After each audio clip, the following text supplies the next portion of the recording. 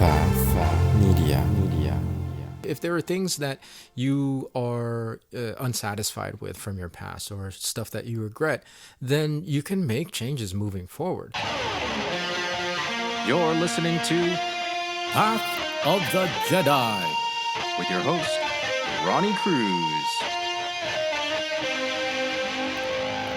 All right, welcome to Path of the Jedi, the podcast where Star Wars meets personal development. My name is Ronnie Cruz, your host for this grateful adventure. That's right, grateful adventure, because it's Star Wars Day. Well, okay, so it's not actually Star Wars Day, but happy Star Wars Day nonetheless. Belated Star Wars Day. It was this past Sunday, May the 4th. I think easily my favorite unofficial holiday, even though somehow it's become the official Star Wars Day over the years. The first time I heard somebody say Happy Star Wars Day was, or not Happy Star Wars Day, but May the 4th be with you, was back in like 91.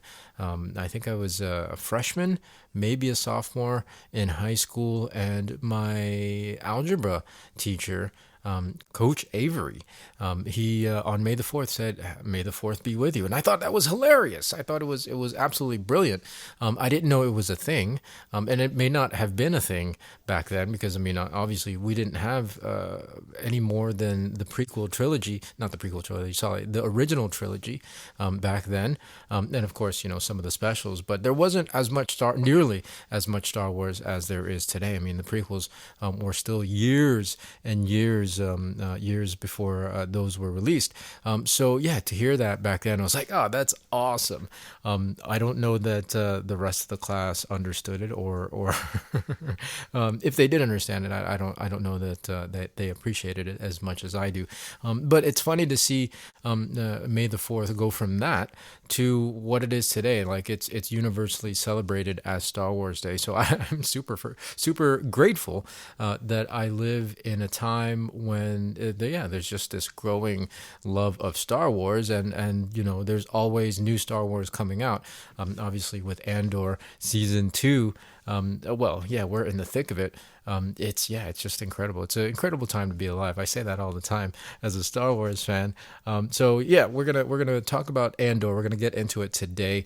And that's why I'm grateful. Well, the other thing I'm grateful for, right? I'm grateful to be in this chair recording this episode for you, dear listener, so that we can talk more about Star Wars and what it means to, what it means to us, and hopefully open more perspectives for you in terms of what it could potentially mean for you, right? The different perspectives and principles and themes that I see. I love sharing that stuff with you, and I'm grateful to be able to do it again. Now, that said, so I actually tried to record this. I've been struggling to record this for the past few days. I tried to record this on actual Star Wars Day and give you guys an extra bonus episode so that I don't fall too far behind with Andor. I think we're on episode 7 or 6 at this point that's been released, and so I'm already 6 weeks behind according to my own timeline. It's just been one of those things. So we're going to try one more time today. Well, we're going to try as many times as it takes today to get this done. But nonetheless, I am grateful to just always have this opportunity to be in the chair and record more Star Wars content for you. Now, in conjunction with talking about the season 2 premiere of Andor today on today's episode, I want to answer a listener question. Yeah, that's right. A listener question that came in on YouTube from YouTube user Call Me Leo. Now, if that name sounds familiar, it should. If you listened to last week's episode of Path of the Jedi, Call Me Leo was actually the shout out for last week. He's been incredibly supportive of this show, and he asked a really great question that I think, number one, a lot of people can relate to. So I want to address it here in case any of the answers might help someone else going through maybe a similar situation. But number two, the question itself deserved, and Leo, deserve more than just an answer in the comment section.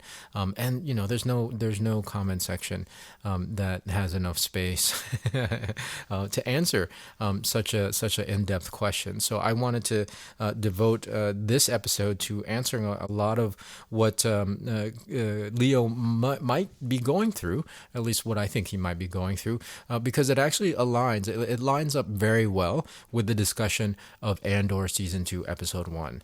A lot of the themes and things that I saw in that particular episode of Andor really, I think, line up with the message that I want to leave Leo and answering his question. So that's what we're going to do today. Yep. But before we get into all of that, I do want to ask you a favor. If you're not already following the show, please go ahead and follow the show. It's actually the single most helpful thing you can do to help us grow this show and get these messages and these themes and these principles out there, these conversations about Star Wars to more people. I'm really working this year to try to grow this show, and I can only do it with your help. So number one, if you're not already following the show, go ahead and follow. And by the end of it, if you really enjoy the content, please share it, right? Please share it. It takes 3 to 5 seconds. Just think of one person who you think might also enjoy and appreciate this content, and just send it away. Again, that will really go a long way to helping us grow the show and get these conversations out to more people. Classified, really? Me too. Big secret. Okay, I appreciate you letting me do that. Let's go ahead and get into it. I'm going to read Leo's question directly from, in its entirety, directly from the YouTube comments. Okay, so Leo says, "Hey Ronnie, I've got a question I've been sitting with. Luke Skywalker always had this quiet sense that he was meant for something more, even before he knew what that really meant. I've felt something like that most of my life too, like I was meant to do something meaningful. But I'm going to be 30 this year, and I feel like I've done nothing with my life. It's getting harder to believe in that feeling. Life doesn't hand you signs, and I'm starting to wonder if I've just been fooling myself all this time. What do you do when that sense of purpose starts fading? When the path you always believed in starts to feel like it was never real?" Wow. Big question, Leo, and thank you, first of all, for your openness and your vulnerability and your courage to even ask it. I totally understand.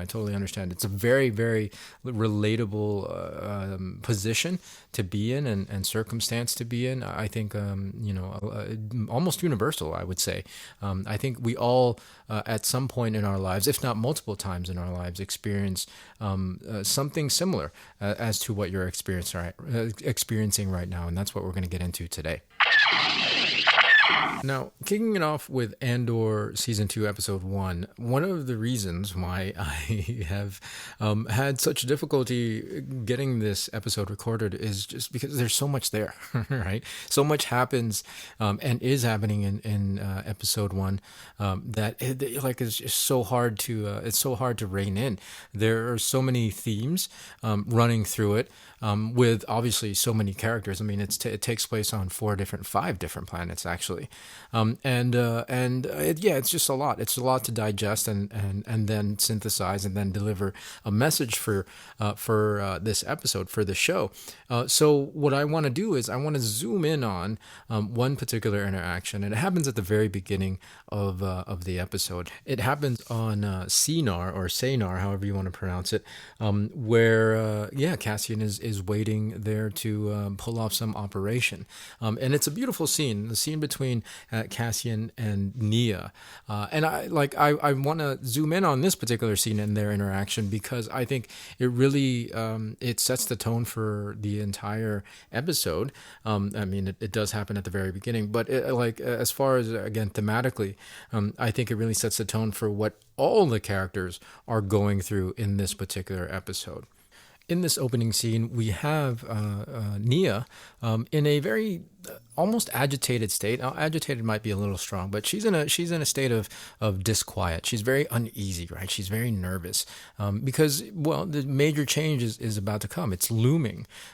She's in this kind of limbo, this transition phase, and I think everybody in this particular episode, all our characters are experiencing the same thing. I mean, Bix and Brasso, with the Empire showing up to that planet that they're on, Mina Rao. Of course, you have the Mothmas that are about to throwing this big extravagant wedding, and then you have Krennic with his cabal at the Malthine Divide, right? Like he's got this clandestine meeting with this with all these Imperials, and so something is coming, right? Something is on the horizon. There's a storm brewing, and again, all our characters are kind of in this episode, at least, in this transition period, in this transition phase, this limbo, and again, it's really, really parallel to exactly what I think Leo is asking in his question. We all experience transition, right? Especially when you're approaching a milestone when it comes to age, right? And I know it's largely symbolic, like New Year's, for example. I mean it's something that we celebrate. It's something that we mark, but really it's largely symbolic, right? Like it's just honestly another day, but it's symbolic of turning over a new leaf or entering into a new era, and it's the same for when you enter like a new decade in life, like it's a milestone. It's something that and well, here's the thing: when approaching these milestones, it can make us very reflective. It shoves uncertainty directly in our face, and that's what's happening here in this episode of Andor, especially with Nia. There's a huge amount of uncertainty because the change, like I said, is coming, right? Like this transition will result in a massive change in her life, and she's honestly, she's fearful of it. So she's fearful of the change, and she also questions and asks whether the decision that she's made is worth it, because and she says this to Andor because she actually was having fun there at that base, at that installation. I don't know, the research and development, right? Like they were making that prototype TIE fighter on Sinar. She mentions to Cassian that, you know what, I actually had fun here, and things are going to be completely different. That's what transition does, right? That's what being in a transition phase does for us, right? When we're moving from one era of our life to another, it makes us, it shoves uncertainty in our face because, we have no idea what the future holds. It's impossible really to foretell and foresee tomorrow or next week, let alone the next decade has in store for us. And then on the flip side of it, we become reflective of the past, right? With Nia's particular example, she looked at her past with fondness, but that's not always the case. I think sometimes we can tend to look at our past and the previous era or the era that we are leaving, with a mixed bag of emotions, right? Feeling unfulfilled or feeling like unaccomplished or even regret. A lot can, we can experience a lot of those emotions. And again, it's natural. So the things that you're going through, your circumstance, your situation is unique to you, but the experience itself is very universal. I think again we all experience transitions multiple times in our lives as we move from one era and one phase of life to another, one season of life to another. Let's talk about the reflection part. Looking back, right? Looking back at the season that you are transitioning out of. Obviously, you can look at it two ways. Not really one of two ways, but you can look at things in two ways. You can look at them from a negative lens or a positive lens. Nia looks at her time at that base with a positive lens. She had a good time. She had fun. I would wager to say that there are equal amounts of good and bad, right? The experiences that you had in the past, the equal amounts of things that you can look back and reflect on with fondness and the good times, but also stuff that were experiences that were difficult, right? Adversities, challenges that you've experienced, or as I said, feeling unfulfilled or feeling unaccomplished, and there's no one right way, right? There's no one right or wrong of those particular lenses. What I would suggest though is that if you look back on something that you maybe have a little bit of regret around, or that feels a little negative and that makes you a little bit agitated, don't let it stop there, right? Like you have to take that narrative further than just assigning a negative to that past experience or that memory, because then it doesn't serve you, right? Then it's just something that ends up either festering or you wallow in, or it's a lost opportunity to learn and grow.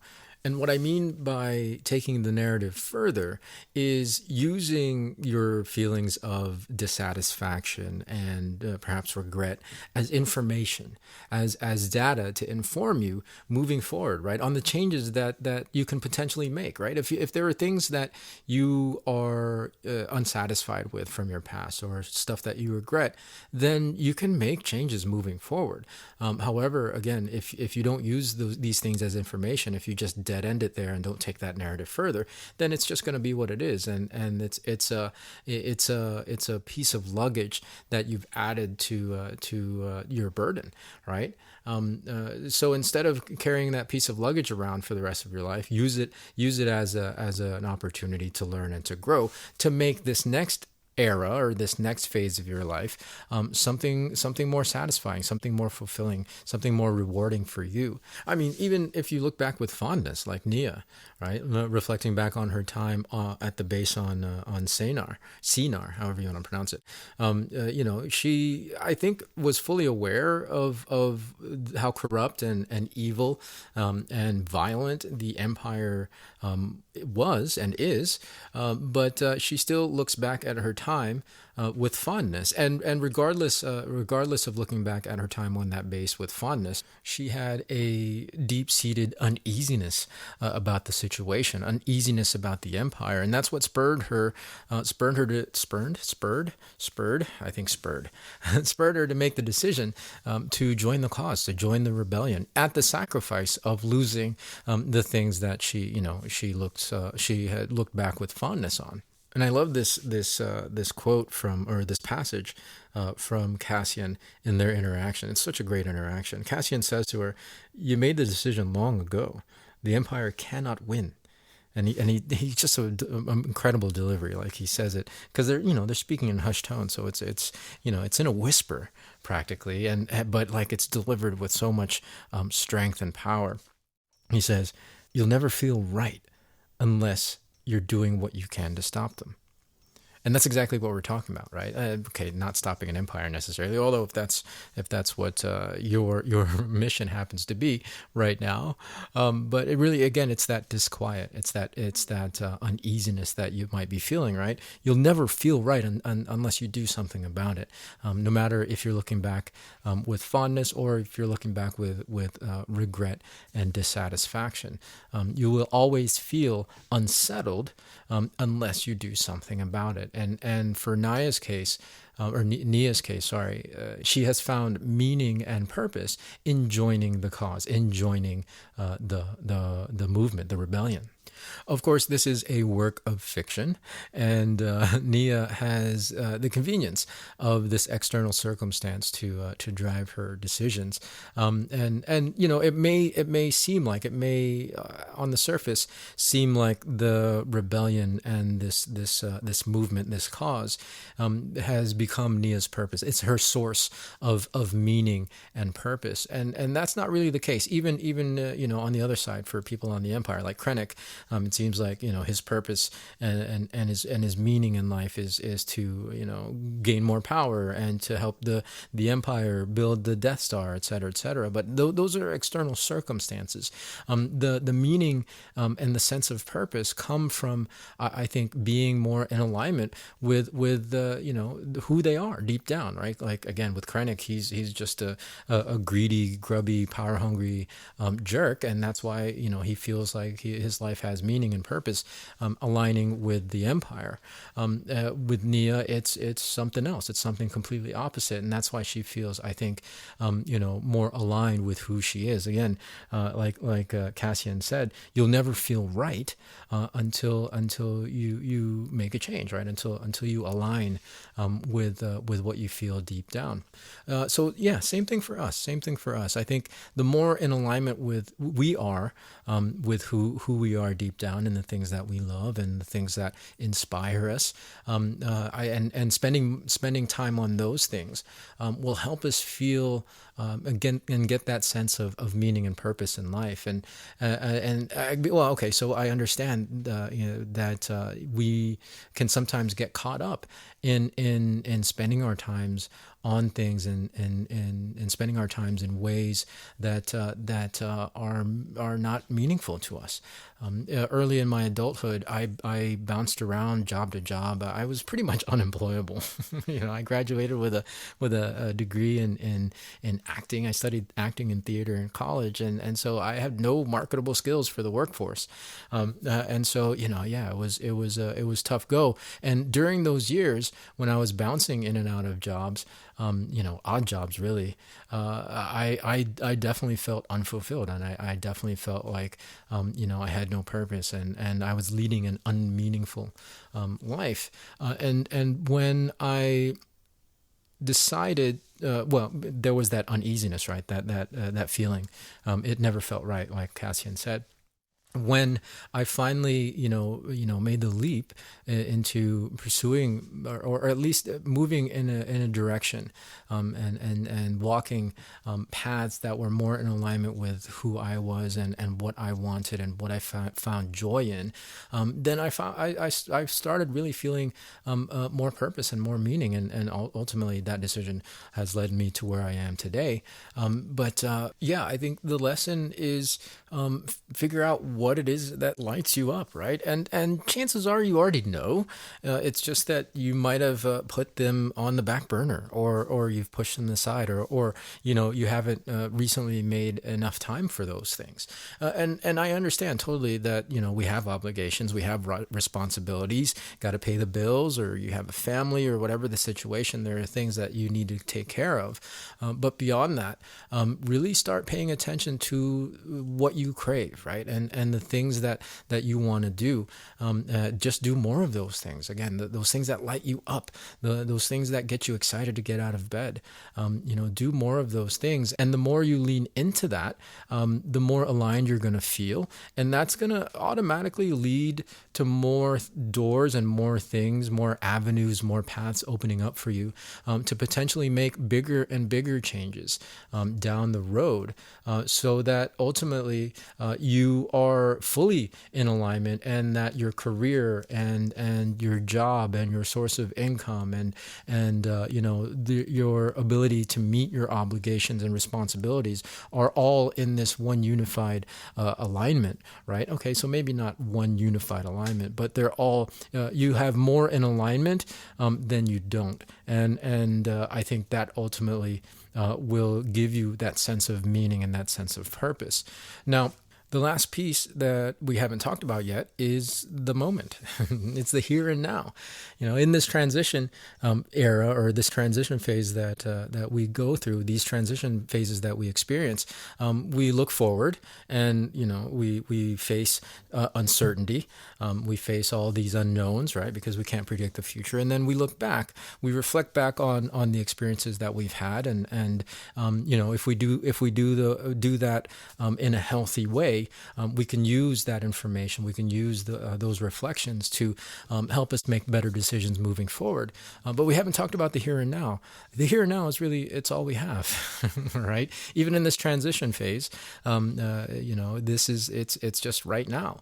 And so where does the meaning and the purpose come from in the here and now? Well, it's just a matter of the narrative that you choose to imbue with the here and now, right? It's the meaning that you assign to the experience that you're having right now in this moment. It is a choice. It is a choice. And I know that might seem a little bit of a tough pill to swallow, or, it's easy to kind of look at external circumstances and say this is why we are where we are, and just assign that kind of meaning. But you're always going to be a victim, and you're always going to be at the whim of those external circumstances, and you're going to be at the whim of whichever way the wind is blowing, until you purposefully choose, right? Until you purposefully assign that meaning, and assign the moment, whatever meaning you want to give it. The example that I want to pull from from Andor is Cassian himself. Again, it's the same scene that we've been talking about in this entire episode. When Nia asks him, like she's really frightened, of course, and she just wants to know, is this decision worth it, right? Is everything that that I'm sacrificing right now to do this, is it all worth it? Is it worth fighting this fight? And Cassius' response is, this makes it worth it. This right now. He's giving that moment meaning, the moment that they're both sharing together. He's imbuing meaning. He's assigning meaning to that moment. It's not inherent necessarily in the moment. He chooses for this moment to be worth it. He chooses for this moment to have that meaning. The truth is, meaning isn't this universally and arbitrarily assigned thing. It just really depends on you, right? Meaning differs and changes from person to person. For example, this interaction, this moment between Nia and Cassian has a lot of meaning for the two of them, but for people like the Mothmas and their guests at this wedding, they could care less. It probably has zero meaning for any of them, right? So meaning isn't universal, and it's not the same for every one of us. It's a matter of choice. It's a matter of the meaning we choose to give the experiences and the moments that we have in life. So right now, in this very moment, in this here and now, start to be more intentional and purposeful with the meanings you assign to the moments of life. If you are unsatisfied or unhappy with how things have gone, then choose this moment, this very moment, to be the moment you decide to make a change. And I know change is scary, but if you do this, it'll be like Cassian said. It'll be like coming home to yourself. You'll become more than your fear. This, I believe, is the path to purpose and to meaning. This is the path of the Jedi.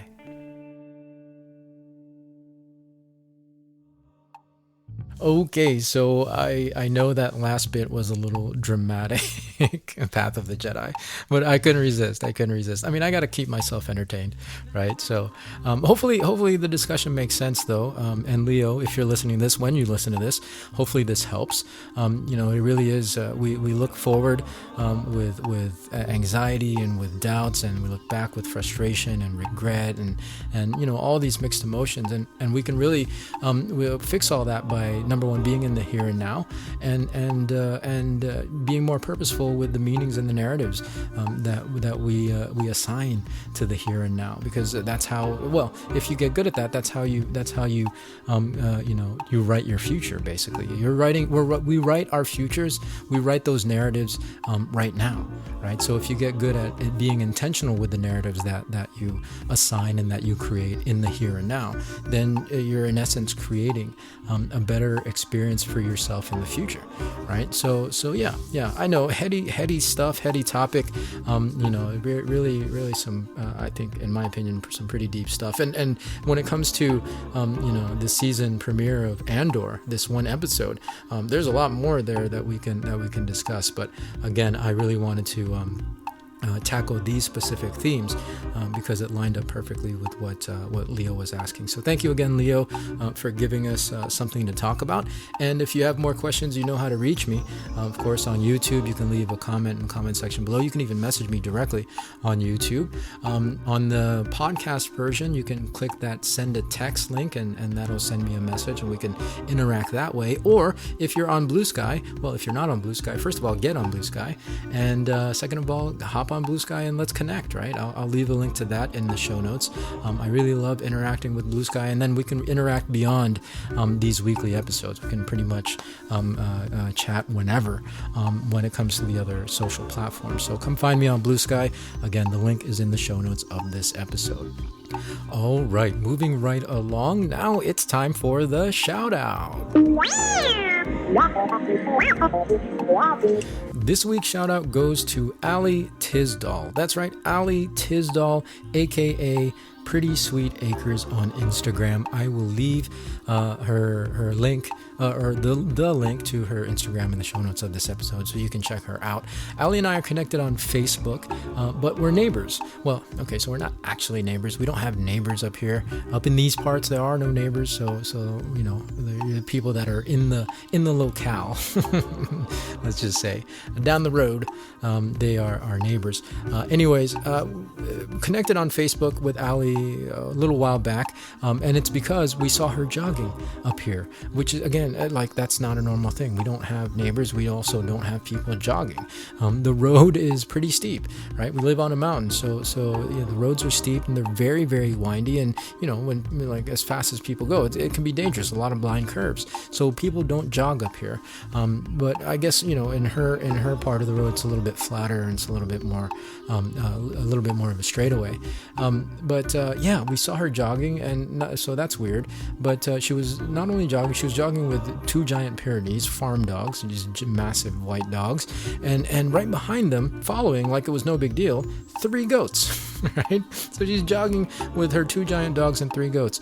Very entertaining to see. So it turns out that's her thing on Instagram, Goat Run Club. Again, you can check her out. But Ali and I have connected then since, and you know, we kind of learned through the Instagram that we're in the same area. And I've actually since then seen her in person a handful of times, and occasionally run into her because I'm running on the roads now because my frickin' treadmill broke. Anywho, that's neither here nor there. That's a whole different story. So I've been running on the roads. I see Ali, and then of course we're connected on Instagram. Now recently I've been posting more on Instagram. No specific purpose or intention. I'm not trying to become an influencer in that sense. I just wanted to share what I was doing. I've been doing a lot of work on the vineyard now that it's warmer, you know, more farming kind of content, kind of stuff, and yeah, just because I wanted to share it, and I like making videos, right? I like cutting videos and editing videos. I find that a lot of fun and gratifying.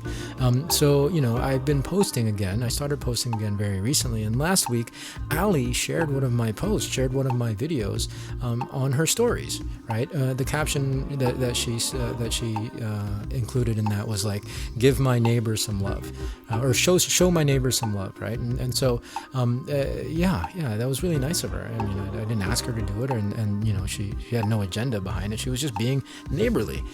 Turns out Ali has a following of over 100,000 people. That's no small amount, right? That's pretty significant, pretty significant presence on Instagram. And so what that resulted in was that particular post that she shared ended up getting like 12,000 plus views, which is like phenomenal for me. Like that's crazy sauce. I've never gotten that many views on a reels on Instagram. And on top of getting that many views on that post, I gained like 250 more followers. right? So you know, I was really tickled by all of this, just from her, you know, just a simple gesture of her sharing my one reels and asking her followers and her audience to to show me some love. I was really appreciative of that, right? Like, the gratitude was the word for today, and grateful was the word for today, and I'm grateful for that. Like, it might seem insignificant, inconsequential, frivolous, but again, we get to choose what things mean, right? And why not be grateful for this? Why not give her a shout out? Because I think it was a really cool thing, and it was a really nice thing of her to do. And really, when you look at it, it's her way of giving me a shout out, and again, for no other reason than she was being neighborly. So I just wanted to shine some light back on her. I really doubt that she listens to the show. I don't promote it on Instagram at all, but in case she is, Ali, I want to let you know that I really appreciate you, that gesture, and it really it gave me a dopamine hit, if nothing else, and it's inspired and motivated me to continue to create more content for Instagram. So Ali, I appreciate you, and I know I'll catch you out on the roads jogging, but beyond that, I really do want to thank you and tell you how much that little seemingly inconsequential gesture means to me. So for that reason, Ali Tisdall, this week's shout out goes to you. Okay, so that's going to do it for today. Thank you again for tuning in. Remember, connect with me on Blue Sky if we're not already connected. Follow the show if you're not already following, and please, if you feel compelled, share this show, share this episode, I'll be eternally grateful. Beyond that, have a great rest of your week. Have a great weekend. We will catch you next week with a fresh new one. So until then, take care of yourself, take care of each other, and may the Force be with you. This podcast is not endorsed by the Walt Disney Company nor Lucasfilm Limited and is intended for entertainment, educational, and informational purposes only. The official Star Wars website can be found at www.starwars.com. Star Wars, all names and sounds and any other Star Wars related items are registered trademarks and or copyrights of Disney and their respective trademark and copyright holders. All original content of this podcast is intellectual property of Path of the Jedi unless otherwise indicated.